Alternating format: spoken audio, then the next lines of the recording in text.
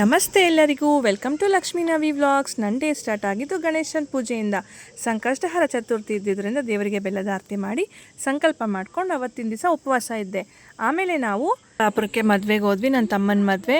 ನಮ್ಮ cousins group ಅಂತೂ ತುಂಬ ದೊಡ್ಡ ಕಸಿನ್ಸ್ ಗ್ರೂಪ್ ನಮ್ಮದು. ಎಲ್ಲರೂ ಫುಲ್ ಫ್ರೆಂಡ್ಲಿಯಾಗಿ ಆರಾಮಾಗಿ ಕುತ್ಕೊಂಡು ಮಾತಾಡ್ತಿದ್ವಿ. ಮಾತಾಡೋಕ್ಕಂತೂ ನಮಗೆ ಟೈಮೇ ಸಾಕಾಗಲಿಲ್ಲ. ಆಮೇಲೆ ನನಗೆ ತುಂಬ ಪಾಸಿಟಿವ್ ಆಗಿರೋಂಥ ಆನ್ಸರ್ಸ್ ಬಂತು, ಅಲ್ಲಿ ನಿಮ್ಮ ವ್ಲಾಗ್ ಚೆನ್ನಾಗಿರುತ್ತೆ, ಚೆನ್ನಾಗಿ ಮಾಡ್ತಿದ್ದೀರಾ ಅಂತ. ಸೊ ತುಂಬ ಚೆನ್ನಾಗಿ ಎಂಜಾಯ್ ಮಾಡಿದ್ವಿ ಮದುವೆಯಲ್ಲಿ. ಆಮೇಲೆ ಊಟ ನಾವು ಉಪವಾಸ ಇದ್ದಿದ್ದರಿಂದ ತುಂಬ ಹೊಟ್ಟೆ ಹಸಿವಾಗ್ತಿತ್ತು.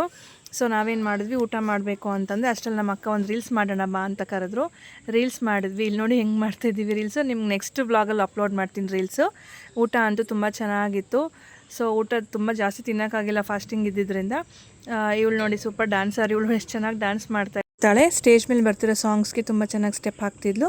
ಸೊ ಹಾಗೆ ಕುತ್ಕೊಂಡು ಎಲ್ಲರೂ ಮಾತಾಡ್ತಿದ್ವಿ. ಎಲ್ಲರೂ ಜಾಬ್ಗೆ ಹೋಗೋದ್ರಿಂದ ನಮಗೆ ಫಂಕ್ಷನ್ಸ್ ಅಂತ ಬಂದಾಗೆ ಮಾತಾಡೋಕ್ಕೆ ಸಿಗೋದು. ಸೊ ಎಲ್ಲ ತುಂಬ ಚೆನ್ನಾಗಿ ಎಂಜಾಯ್ ಮಾಡಿದ್ವಿ. ಚೆನ್ನಾಗಿ ರೆಡಿಯಾಗಿದ್ರು. ಎಲ್ಲ ಒಂದು ಸೆಲ್ಫಿ ತೆಕ್ಕೊಂಡ್ವಿ ಲಾಸ್ಟಲ್ಲಿ. ಸ್ಟೇಜ್ ಮೇಲೆ ಹೋಗಿ ಫೋಟೋಸ್ ತೊಗೊಂಡ್ವಿ.